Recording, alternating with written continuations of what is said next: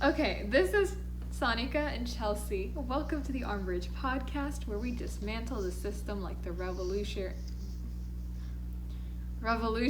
we are, one podcast episode at a time. Today is January 24th. Last week, we retold Greek myths from memory, kind of, as best as we could. And it was a fun time. I personally got things horribly wrong. I think Chelsea actually did a decent job. And it was good. Go check that out.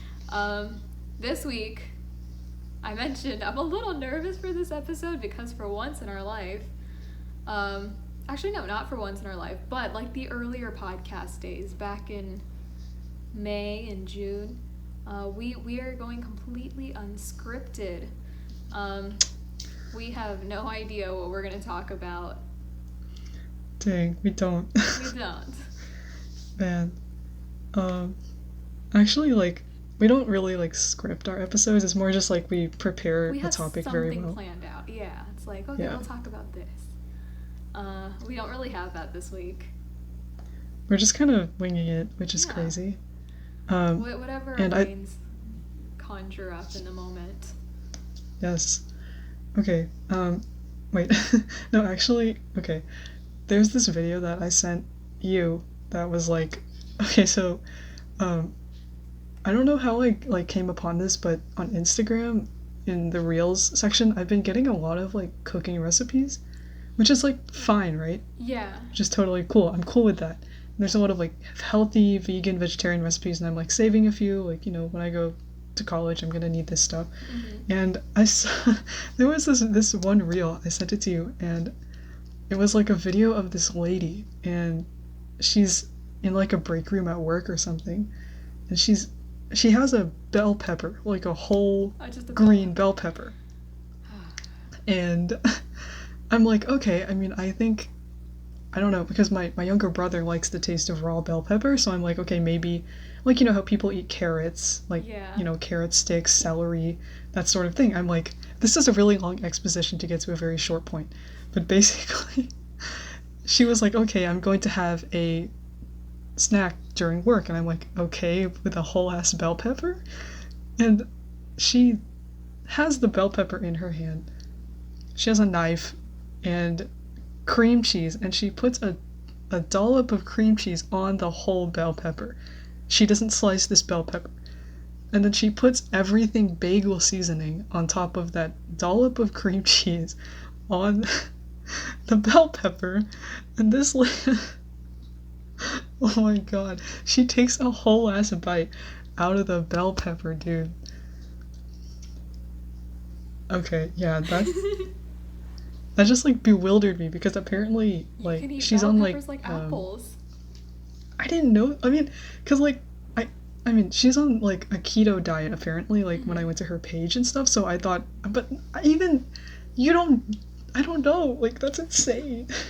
No, okay, so here's the thing. When you first sent it to me, I was completely against the idea. I was why would you eat a bell pepper like an apple with cream cheese and everything bagel seasoning? But now that you retold the story, I'm kind of warming up to the idea. Oh, you are? Yeah, just a little bit. I don't know. The premise of eating a bell pepper like an apple still confuses me. But I'm willing to try. I feel with enough cream cheese and enough everything bagel seasoning, bell peppers taste like water, right? So it's just crunch. So you're just getting crunchy cream cheese with seasoning. True. Which theoretically could work. I'm not against the idea. I think the only reason I'm now considering this is because my acidity is bad all over again. Oh. And I'm I would rather die than eat a heavy food. So bell pepper actually, it sounds reasonable. I get it. I was hating on it at first, but I kind of get it now. Yeah, I think, yeah, what you were saying, I think it was just the sheer shock of eating a whole bell pepper. Yeah. But honestly, because people do that thing where you have jalapeno poppers and whatever, and you put cream cheese in that. Yeah, it's more or less the same concept, right? Except it's not spicy. Or fried. So I'll try it. You know what? I have a bell pepper in my fridge. I'll try it. Yeah, just get your cream cheese. Let us know how it goes. Yes, I will. So maybe we'll find a new snack. Who knows? That's true. After talking about whatever, that was just like my big issue of the week. Bell pepper apples.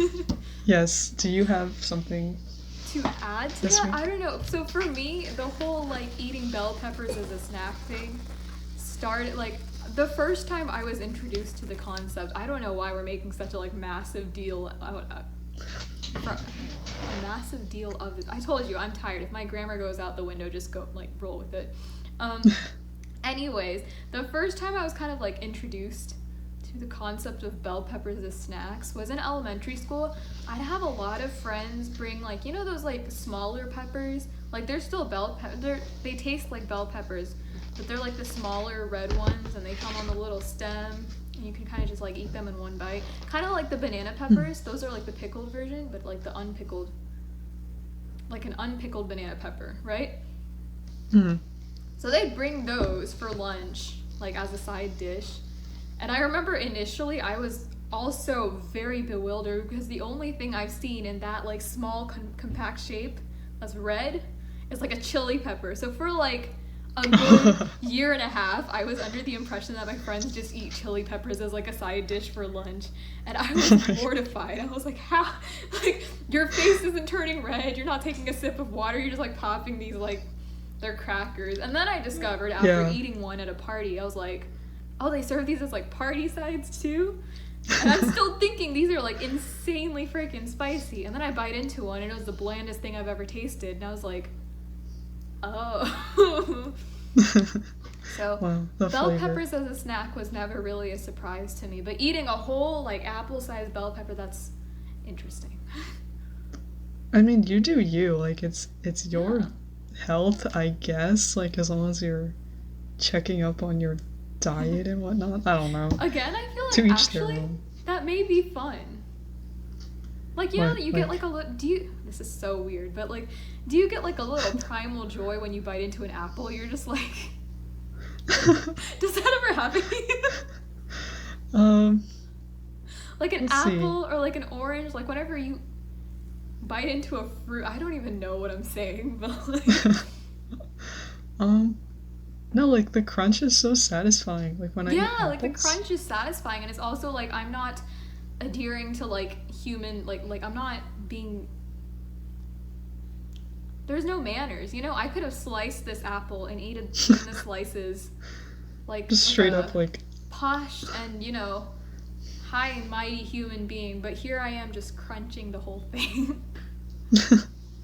Like some sort of ape ancestor. I mean, because that's like the most raw form you can have it in, I guess. Like, yeah. I mean, so maybe you're just straight up eating it. Maybe it's the same deal with the bell pepper. It's like the same satisfaction you get biting into an apple. Yeah, I guess so. Okay, keto lady, you win this round. Yeah, I was gonna say, like, I was kind of mad at first, but the more I started talking, I was like, I mean, it's not, it's a little weird, but it's not, like, it's not inherently, like, bad or a problem. It's chaotic. It's chaotic. It's interesting. It is chaotic. Yeah. That's true. Speaking of which, wait, you mentioned this in your solo episode. You took the alignment test, right? Yeah. Yeah. We were talking about it earlier. 2 weeks ago. I don't even know when that was anymore, but I took the alignment test and I got chaotic neutral, which was fun. I kind of like that alignment. It's nice. It's interesting. It has a little bit of spice, you know? Yeah, it's not boring like true neutral. It's like a little spicier, but it's still just like teetering, you know? It's like I'm not good or bad. Yeah. I might leave you to die in like a war zone if that were ever to happen, but I'm still a good person. Yeah. For me, I didn't elaborate on it much because I didn't have enough time, but getting neutral good was like, I think very much a testimonial to myself, like in real life, I guess. And I found a picture that I used for my thumbnail, and like my MBTI type was the exact same as my alignment, so I was like, wow, that's crazy. Oh wait, really? Yeah, I think I looked up alignment chart just in Google Images, and I think yours was the same too. Really? Wait, let me see. Shoot. I remember the thumbnail, I might be but wrong, I didn't like search for it. Like I didn't search for mine in the thumbnail, so let's see this. Hold on. I think in the thumbnail it's too small to see, but I think if you just look up alignment test or alignment chart, you'll find it. Oh no, maybe? I was chaotic good in the chart. Oh. But I mean that's close. I'm just You're a close, little less good than my stereotypical MBTI type. There we go. Yeah. Yeah. Honest. Feels good being chaotic. That's interesting. Yeah. There's a lot going on there. Yeah. And especially now when like nothing much is happening, like the fact that you still have a chaotic alignment type. Chaos still lives in me. It's more, still there. If you take the actual test, and actually Chelsea took the test on the podcast, so like if you see the actual questions, it's not as surprising. It's not like chaotic in like a Gen Z type sense. It's just like unpredictable. Yeah. Yeah. Or kind of like, yeah, I was gonna say like, oh yeah, that it would be like chaotic good, but that's literally the alignment chart. Yeah. It's just I'm just a wild card. That's all it is. Yeah, going against the grain. I guess I don't know. Yeah. Whatever. Neutral good's good territory too, because it's not like lawful good where it's like boo-hoo, you know? Every time I find someone's lawful good, I'm like, come on now, spice things up a little bit. Yeah. And when someone's like lawful evil is cool too. If I ever met a person that's lawful evil. That's insane. How do you do that? Like it seems contradictory, but I also kind of get it. Like good intentions, bad execution. Yeah. That kind of thing. So like neutral good, it's such like nice territory. Because again, you're just like teetering, you know. It's not bad because I guess in real life, like, I'm not very confrontational when like it doesn't matter. Mm-hmm. Because I was in a call with my friends at some point, and one of them was like talking about something like a habit that they had that I thought was just so like not great. And I was just like, oh yeah, that's an interesting thing that you do. Like, cool, you do I'll just give you advice. And then I turned off the call, and to myself, I was like, why in the heck would you do that? Like, that's such a bad idea. Like, I was like off the side, like being confrontational with like the entity in my head or whatever. So, I guess like. Yeah, I guess sometimes I just don't see a point in starting. I definitely agree with that. I think when I was taking the like alignment test that day, the main thing I learned about myself is one, non-confrontational, but also I don't take responsibility for anything. I'm not in the headspace to be told how I need to fix myself. Don't do it. So as you said, I don't do it to others. If something's wrong, I'm just like, interesting. You didn't hear it from me. Yeah. That's an interesting point of view you have. I am judging you so hard in my head, but... Yeah. Okay. Okay. Yeah. But yeah, like usually, I always like, I'll do the judging in the beginning, but later on I'll like rationalize, like, you know, because I rationalize my own judging of, like, how do I say this? I rationalize my own judgments, I guess. Like, sometimes I rationalize them to like justify it alongside my morals, but then I try to also look at like, oh, like, are these things circumstantial? Did this action that this person, like, what am I like grammatically correct right now? I know what you mean though. I'm getting what you're saying. You it's know? Like, whenever you do make a judgment, you consider like a bunch of different factors. And then like kind of decide a verdict, like, okay, is this a reasonable thing to do, or is it still like against what I believe in? Is that what you're kind of going for? I guess so. Okay. Yeah, and sometimes like I have to make sure I'm not judging people based on like my morals or my experiences. Yeah. Because I think we've talked about this a lot of times. I don't think ever on the podcast though, but people our age have been through like all kinds of stuff. Like, there's this girl that I followed, like she used to be on the same swim team as me. I think she's only a year older than me, but she's literally engaged. And then I've never been in a relationship before. So there's like this whole span of like experiences. Yeah. But once you hit like, if anyone out there is like not 18 yet, once you hit 18, like you'll realize the experiences people have are so wide. Like, it's crazy. Yeah, same idea basically. Like on my bullet journal account, like 2 of my moots, I love the word moots. No, but 2 of them are like getting engaged and like planning their wedding. They're not 18 necessarily, but like the entire age like group 18 to 22 is just so wild because everyone's doing completely different things. Like, some people are going to trade school, some people are going to 4-year college, some people are like jumping straight into a job, which, like, if I jumped into a job now, I would like panic because, like, I don't want to do anything. I just got here. I told you, literally like 3 days after I turned 18, I got bitten by a dog and I had to like call the doctor, and my dad tried to help me out, and they were like, she's 18 now, she has to do all of this on her own, which, like, some of y'all are probably like, oh my god, get over yourself. But it was scary. Okay, I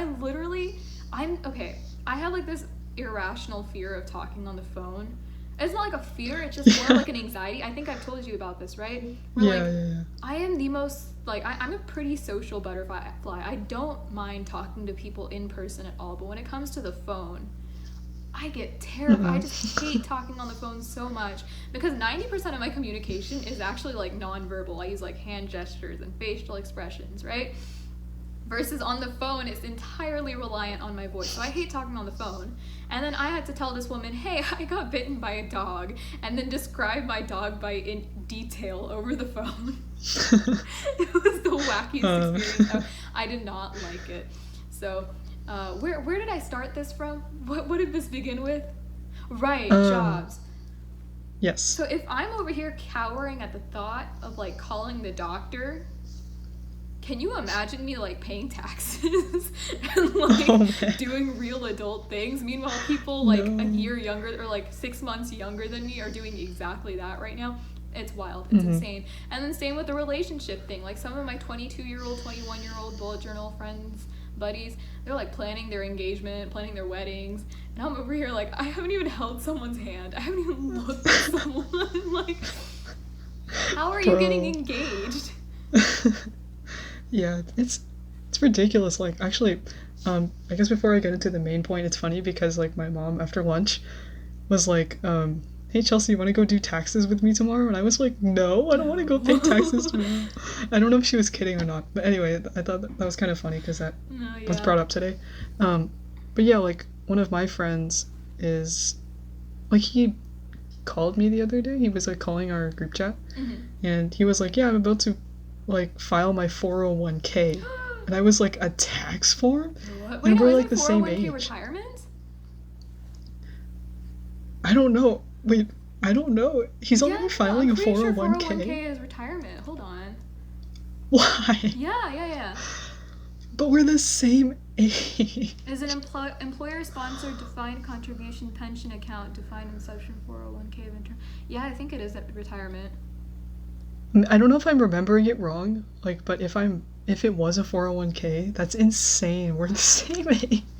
I don't plan on living day past 70. This is wild. Okay, bro. Like, he works really hard, so I guess I'm proud of him, but... See, this is exactly what I'm getting at. Like, completely different places mentally. It's so wild. Yeah. Yeah, like, I don't know. I think... See, like, I don't know if we brought this up on the podcast, but I guess speaking of that, like, adult experience, I think even within, like, high school, there are certain, like, experiences, too, that I thought I would have, but I don't necessarily think the people we were around were like quote unquote sheltered. I think it was just like such a niche group of like people that certain things just didn't come into it, or certain experiences just weren't common amongst at least the people I knew. But it's like the moment I like kind of just not stepped out of the niche, or like I have friends outside of school and whatever, and it's like it's just so wild too how like different the high school experience is, and how, like, I guess even when I was in high school, I thought that being 19 years old was like super mature and like, or you know what I mean? Yeah. Even when I'm looking at people in their 20s, like their young 20s, like I'm close to that. Yeah. In the media, like adults are, or I guess young adults, like I guess 18 through 22 are portrayed to be so like mature, but really I'm not that far off from where I was in high school. I'm a child. You know what I mean? Yeah. I mean, actually, I feel like we think that. I know it's only been like 6, 7, 8 months since high school, but I feel like something with like our environment changing and stuff, it genuinely does like shift our mindset. Like, I know I'm literally like only a few months older than a lot of like my senior friends, but nevertheless, like, not especially this year, but only this year have I felt like an actual divide in terms of like age and like thought process. And I noticed that with our podcast too. Like, I'm listening to some of our first episodes now, and I'm like, wow, I'm a completely different person from like whoever that was, literally like less than a year ago. So I don't know. Yeah. Maybe I'm just like imagining things, but I feel like at least like for this specific like high school to college transition, there is a legitimate shift in like mindset or thought process.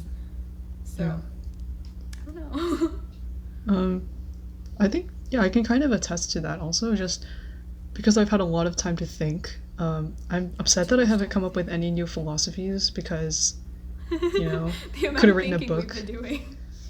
You know, we should just like manually transcribe our podcast and then make it a book and just title it with some like long ass philosophy title, and it's just inside is just like us rambling about the most like best things on earth. Oh my god, I love that. Okay, we're gonna add that to our list of things to do once we have a ton of money. So yes. Okay. Yeah. Speaking anyway. We said something that's too much time to think. Actually, that was one of the things I wanted to talk about today.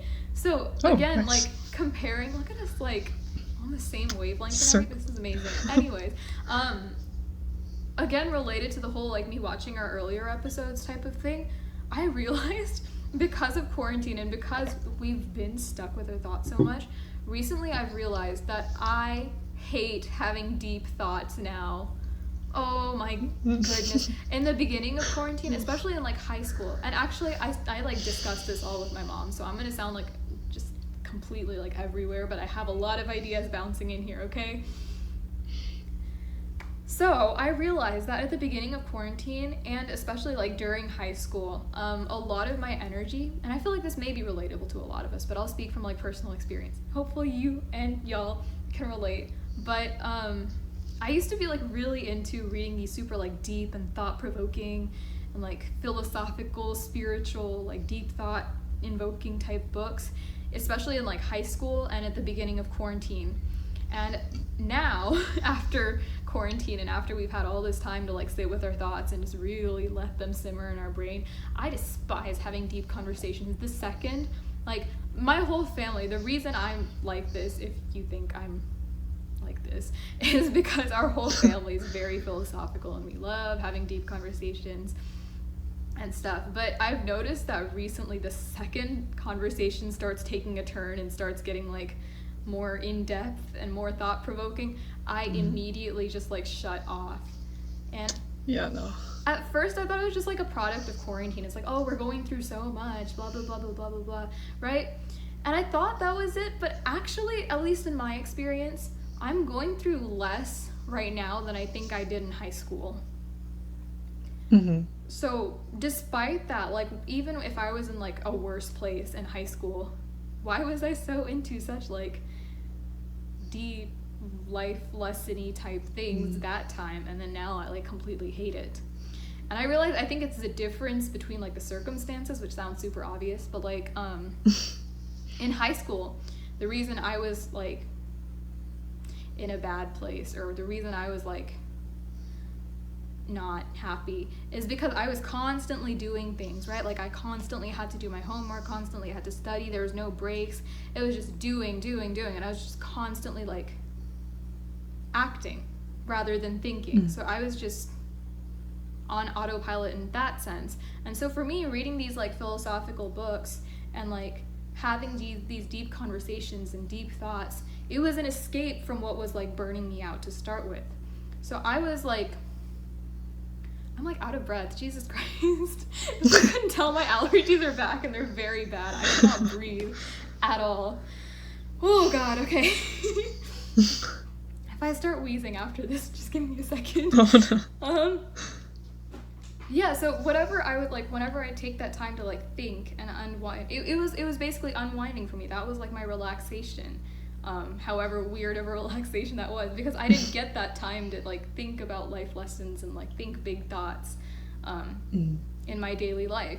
And now, because of quarantine, that's literally all I can do. There's like hardly any doing. Like, yeah, I have my college like work and stuff like that, but it's not nearly as much as I did in high school. Because in high school, not only was I working, I was also like moving all the time. So it's like moving from class to class and then going back home. And then once I'm home, I have like this class and then I come back home. And then sometimes we go out to get dinner and sometimes we do this. And sometimes I have like this big event to attend. So I was just constantly burned out. Now I have too much time with my thoughts. So I am emotionally exhausted rather than physically exhausted. So the prospect of like thinking even more, even if it was something that brought me joy in the past, I can't stand it anymore. I can't stand it. I don't know if you've noticed, but one, my solo podcast topics, and also in general, like my commentary on this podcast has become a lot shallower in the recent months for that exact reason. If I'm forced to think again for at least the next year, it's over. It's over. Yeah. That was like a 5-minute rant. Wow. No, you're good. I thought it was pretty good. I'm not sure how to respond to it, mostly because I had a really good thought while you were talking, and then it went away. I'm sorry. Just, like, no, on. You're good. It's just, like, my capacity to think has been decreasing, like, I guess. Exponentially. And while I'm with my thoughts, too, right? Like, I think, in a way, also, I've come to closure about a lot of things. Oh, really? Because for me, it's, like, opened up a lot of, like, old wounds. I guess, like, I've thought a lot about my relationships with other people, and I think before, I would always try to come up with some kind of excuse as to justifying the relationship I had with certain people. Like, okay, this sounds like so stupid, but I would, add people to, like, my close friend story in the past, like, if we even had a few interactions within the same span of time, and then after a while when I, like, went through it, because I was just curious who was in there, I was like, I literally don't have these relationships anymore. And I think for some reason I'm more in tune with myself and what I like and dislike, because I've just been thinking about it for so long, that admitting to myself that certain relationships in my life won't work out or don't work out, not because of, like, a fallout, but just because of a lack of doing things and whatever,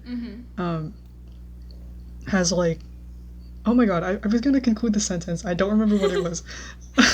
This is this is the essence of what the podcast is about, guys. Super tangential. We never go full circle.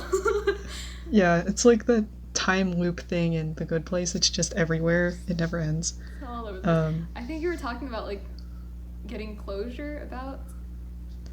Yeah. And so in that sense, like what I was saying, I think admitting that, because I didn't argue with these people, and I think, like, what you were saying about doing things all the time, I'm not saying that I treated people like a task, but I knew that there were certain people in certain classes that I would talk to only because they were there, and we were, like, acquaintances, you know what I mean?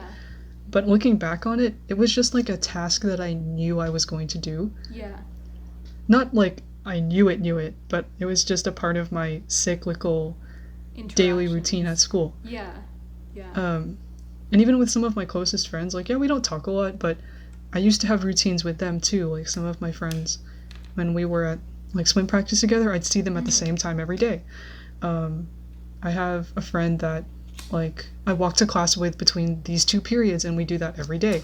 And so I know that these things are going to happen, and I think I kind of realized that not having, like, that close relationship anymore isn't necessarily bad. That's just how it's going to be. Right. I guess. I'm more, like, satisfied with fate and the way things go, and the way things have gone. And I guess in conclusion is, like, I'm more in tune with myself and how I feel about things. Because I made a decision to tell someone something last month, and that was, like, really big for me, and this person is my friend.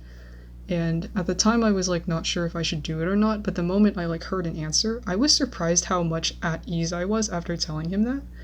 Because normally I would have agonized over it for so long. I would have been like, oh my god, I did this thing. But I didn't even consciously stop thinking about that interaction we had.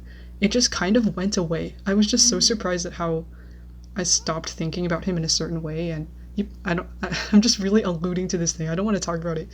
Um, it was like one of my most emotionally like vulnerable whatever like parts of my life or whatever, but yeah, it just kind of went away and I felt more at peace with that in a way.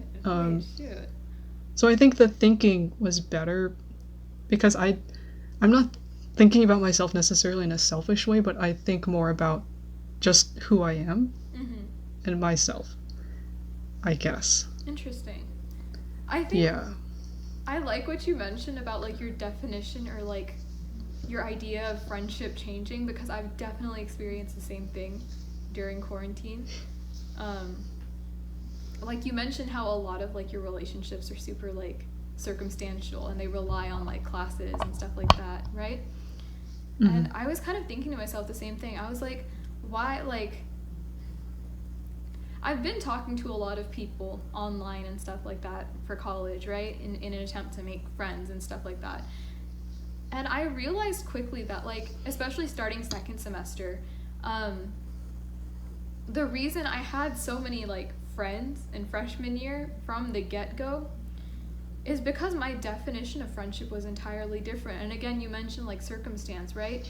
Like, I didn't have an actual bond to these people, but just because we had the same classes and we, like, didn't fight, they were my friends. But now I don't have any friends yet in college, because even though I've talked to a lot of these people and I've had, like, my first interaction, it's very late, but that's because we're online, where it's like I have someone that I have multiple classes with and we get along with, I still don't call him a friend because I just don't think that's what constitutes friendship anymore, which there's nothing wrong with that. It's just interesting. And it's a lot easier to justify why I don't have friends in college. Yeah. It's a collective experience too. Like everyone is kind of in this place where there's this weird simultaneous feeling of like wanting to talk to people but also not at the same time. And yeah, like I think at the same time too, right, with when it comes to friendships and stuff, I've come to the conclusion that it's okay to admit you're not friends with someone. Yeah, because it's not hurtful in the way it was before. Right. Yeah. And I think like before, I didn't necessarily want a lot of friends, but I feel like the way that I acted around certain people was in a way that wasn't like organically myself. Like I was trying to put up not a front on purpose, but like for different people that I wanted to befriend or whatever. Like for example, like really popular people at our school. That like again, it's not bad if you're popular or anything, but they got along with so many people and I wasn't like one of those people. Like okay, let me see how I'm gonna frame this. It's not spiteful at all. Yeah, it's not. Like these people are really great people individually. They had like I guess just personalities that allow them to just know a lot of people, and I just thought it was weird how I didn't know these people. Like I never made any attempts to get closer to these people, right? But I didn't necessarily make attempts to detract from them. So sometimes I would wonder like, what am I doing wrong? Why don't I have these friendships with these people? But and like I just called people friends when I would refer to them in conversations just because it satisfied my like I don't even know, dude, but no, I get it. I totally get it though. And this is what I mean about like mindset shift. I don't know if this is a quarantine thing or like the high school to college thing, but like that's definitely one of the big things where it's like I just don't care as much anymore. But I definitely cared about it then. Like in high school, that was definitely a thing I cared about. Yeah. Interesting. We started with bell peppers. I know. Oh Lord. Oh, jeez. That's funny. All right. Well, we're at like 36 minutes. Do we just want to go into deep questions, or do we want to keep talking? I don't know. I mean, I just feel like the conversation we just had was really good. It was really good. Shoot, we should do more unscripted conversations like this. This is working out great. This is great. Yeah. Okay, let's see. Like. This is completely unrelated to what we were just talking about, but oh no, that's fine. Another thing I don't know, I just like wrote it down as maybe we could talk about this if conversation runs dry, but I started listening to albums as they're intended to be listened to, and guys, let me tell you, it's a game-changing experience. Like sequentially? Like sequentially, like you listen to the... So, in our streaming episode, I spent like a long time just like dissing on streaming platforms. But also acknowledging that they're still pretty good in other ways, but also terrible in other ways. You know, like, it's a thing, right? So one of the other lovely effects, so a lot of context. In my speech class, I did a whole like research report thing on streaming platforms and like their pros and cons. And one of the cons was something, I just never considered it, right? Where they were like, because of streaming platforms, you can't like buy a physical album or less people buy a physical album and listen to the album as it's intended to be listened to.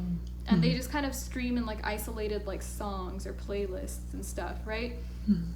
So you don't listen to the album as like a what's the word I'm looking for? Whole like unit, I guess. Yeah, like, oh god, there's a specific word I'm looking for that's just not coming to me. But as like the whole thing, rather than listening to the album, I guess as a singular like work of art, we listen to it more as like isolated songs. And it's like, if we happen to like one, then cool, it goes on my playlist. But I've started listening to albums like sequentially as like a whole thing. Y'all, if you don't do this already, you need to start doing this. Holy cow. There are a lot of like songs and stuff or artists I'd listened to before where it's like I didn't vibe with their songs, and because I listened to it as like an isolated thing, I just didn't get it. But whenever you listen to a like album the whole way through, it's like, okay, so I'm gonna quote the Tableau podcast because he mentioned something about this in one of his episodes as well. But he was like, it's literally like escaping to a different world for like an hour, however long the album is. It's literally like reading a book. It is quite literally like reading a book. It's escapism in the exact same way, which I just think is so cool. It's so game-changing experience, you guys. Listen to albums in order. I will try that with Epic High's new album, so... Yes, you need to listen to that. I haven't done it yet. I have so much work to do. I will. Yeah. And yeah, I guess like isolating the songs too kind of undermines the work that the artists do as well. Like, I mean, for real. Because certain songs like you associate so much with one artist, or it blows up, and then like the rest of like their thing. Stuff is just like disregarded entirely. But yeah, like I feel like sometimes I just disregard sometimes what the artist made if I just only listen to one thing. Because you can't characterize it based on, obviously the title songs are meant to be maybe catchier or more mainstream or more, like they put out a music video and do marketing for it, so that's like a whole other thing. But obviously they have other stuff that they've done that shouldn't be like put on a pedestal necessarily, that the title songs are better. I mean, obviously it's your opinion. Well, I mean, that's like, kind of the point of a single too, right? Like that's supposed to be the one that's like, or I mean like better, title tracks from an album, like I guess that's what yeah. So like singles and stuff, those are kind of meant to be like the preview, right? So it's like, hey, if you like this one, I have other stuff as well. Oh, true. Yeah, I guess. So I think in a way that is the intent of a single, but I do agree there's definitely like a balance where it's like you should also give the other stuff a shot once you decide you like the single. Yeah. Okay. Nice. Okay. That was a short conversation, but yes. Okay. Do we want to do deep questions now? Do we have anything left to talk about? Yeah. I don't think so. I guess we can go into deep questions with friends. Cool. And song of the week, which we never prepare. I guess I can probably pull one out of thin air. Hi everyone. I'm editing right now. I feel like I did a terrible job of describing the song of the week, so I'm just going to do it real quick. I've been trying to get into old school hip hop recently. I had like a phase where I really wanted to learn more about it, and I kind of just fell off of that. And I've been listening recently to a lot of MF Doom, and this week's song of the week is going to be Doomsday. That'll play here for you on YouTube. No, it won't. It'll play on Spotify or Anchor. Spotify. Yes. And if you're there, great. If you're on YouTube, we're just going into deep questions with friends. So y'all should go check out our stuff on Anchor and Spotify. Yeah, if you're on stream it YouTube. there. Yeah. Yes. And if you're on Anchor and Spotify, you should watch on YouTube, you know? No, just switch things up a little bit. See our beautiful switch faces. it up. Yes. Okay. Pulling up the questions. Did you know? Sorry, go ahead. I just feel like these questions are harder to keep track of because we're not going in order. Yeah. Okay. No, you can go now. I don't know what I was like gonna say. Oh, I don't have it up yet. I think okay, there it is. You know, I jammed my backspace key. Were you just furiously like pressing it and then it just? Yeah, I've just made so many mistakes that I've owned this laptop for like a year and I've already jammed the backspace. I can't say that word. Man. Backspace key. Backspace key. Backspace key. I'm just gonna really enunciate it every time I have to say it. Backspace key. Okay. Another unnecessary tidbit. I'm annoyed by myself from last week's episode. I don't know what it is, but I was rewatching it and I was just like, why? So if you were also annoyed by me from last week, I'm sorry. Me too. No, I wasn't. I was just annoyed at how I have to edit on my phone. Oh no. It's hard to sync the videos, but like it was fine. I think I had like to get rid of some static too in the background, which took me a while, but it was fine. It's just logistical tech issues. The things we do for y'all. Yeah, we love you guys, the fans. Okay. Oh god. I think I have a question. Do you have one? I don't. You can ask yours first. Okay. So this is question 70 on the Conversation Starters World website. What is the best path to find truth? Science, math, art, philosophy, or something else? Oh no. I told you my capacity for deep thinking has like decreased. The second you said find the truth, I like felt a knot in my stomach. Oh, I'm sorry. No, you're good. Because of what's his face? Socrates. That man. I despise him now. Hate that guy. I think it's a combination. You can find truth through anything because my takeaway from my philosophy class is that there is no definitive truth. Truth is entirely subjective, and anyone who says or claims that they have the absolute truth is entitled and regards their opinions a little too highly, you know? So you find your truth through all of your life experiences, and whatever it is for you, you can't enforce it on someone else because they just haven't lived your experience. So truth comes from everywhere. I can find truth in my bamboo. I can find truth in my poster over there. I can find truth through my hobbies. I can find truth through big life-changing experiences. I mean, all of these things give you little tastes or little pieces of your own subjective little truth that belongs to you only. So I think it's through everything. Through everything, yeah, that's true. I said that response entirely despite Socrates. That was just my attack on him. We don't go an episode without roasting one philosopher. New Umbridge tradition. You know, like some of them just have dumb thoughts. Like I'm gonna say it. Beefing with everyone from 1,000 years ago. Nothing is real. I don't know. I think for me, I just kind of I don't know. The thing is, like, the question I have is like, where did truth come from in the first place? Like, obviously, it's a construct to some degree, created by human beings. Like, the way that we classify numbers, words, the world around us, and so much of the world is still undiscovered. So, like, everything that we know is not necessarily true. I think I brought this up a long time ago in my first solo episode or my second one. Basically, with like science, we like it's not necessarily truth because 100 years ago, say, right, like science was the truth for many people, but now if like we come to the present day, what was true 100 years ago is probably not true anymore. So 100 years from now, like people are going to disregard everything that we knew as true. Maybe not everything, but most things. A lot of things that we consider true right now. Yeah, and I mean, there's a lot of erasure too. Like for my brother, when he learned world history, when I was in world history, we had to learn about pre-1492, so pre-colonization.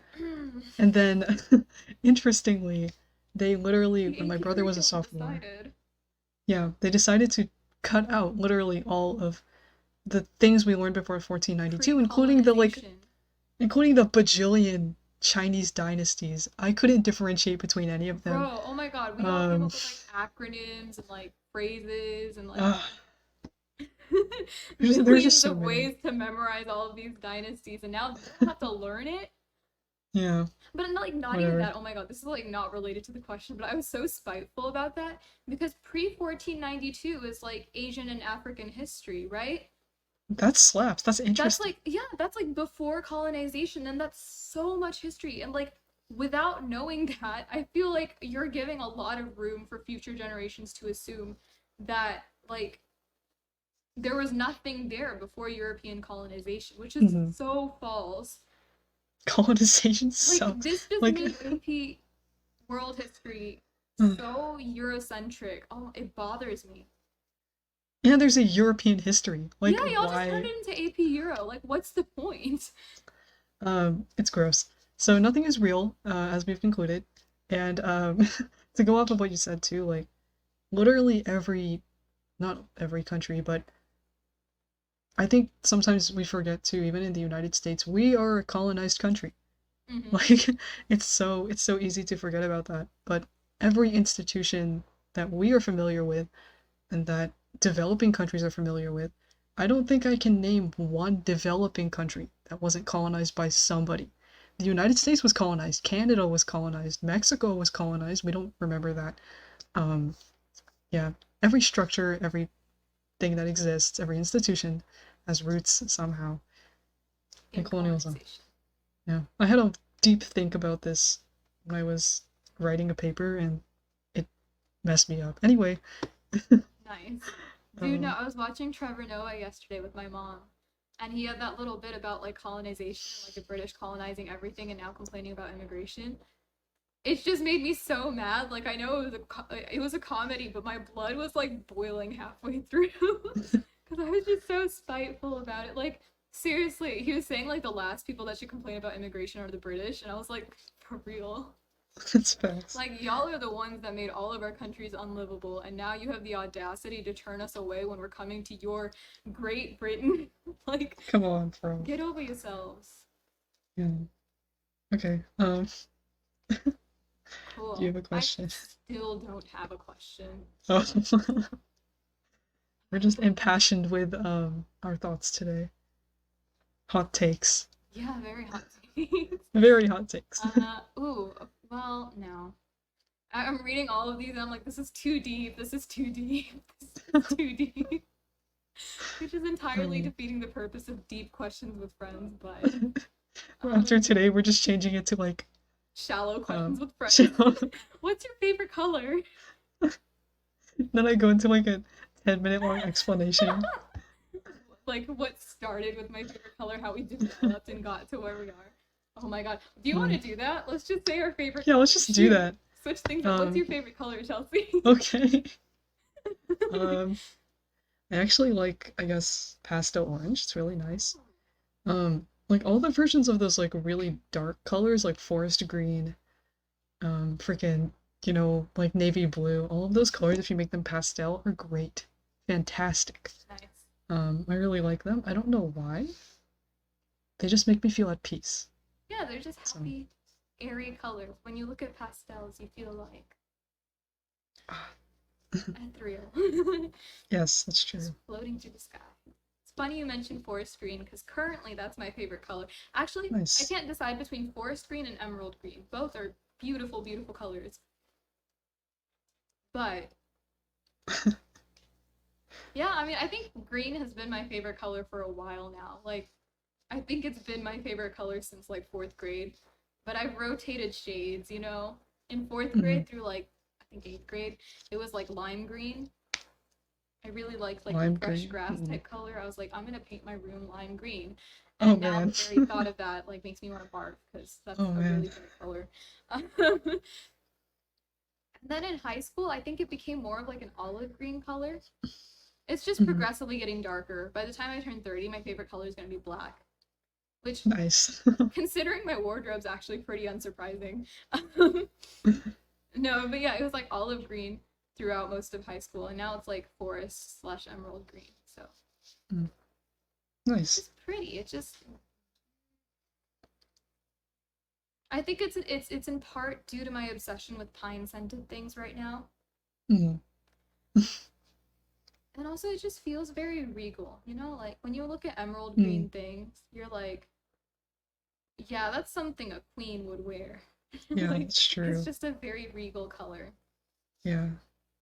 Okay, so we just concluded our first shallow questions with friends.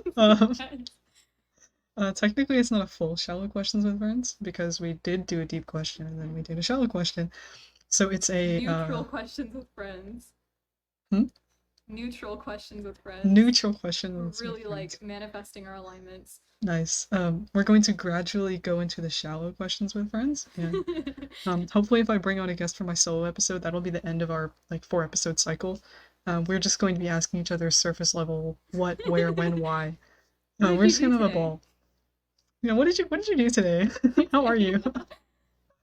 Just no plan. They're expecting like a deep, like it's just like what's up, and it's like okay, you called me to talk for something important, and you're just asking me questions. Yeah. By the end of quarantine, it's like, what is the object directly in front of you? Don't elaborate.